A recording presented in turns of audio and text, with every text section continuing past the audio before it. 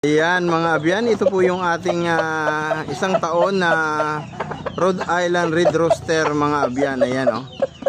At napakagaling na breeder niyan mga abyan, masipag makipag-meet sa mga hen at talaga namang gwapo yung tindig mga abyan.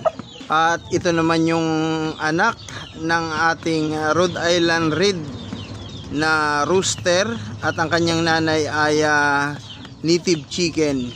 So crossbreed siya mga abyan ng Rhode Island Red and native chicken. Kung tawagin po ito mga abyan ng mga breeder na sikat ay upgraded native chicken mga abyan. Ayan. Kita nyo naman mga abyan ano. 2 months old pero malapit na po siyang mag 1 kilo mga abyan. Ganon kabilis lumaki ang upgraded native chicken mga abyan.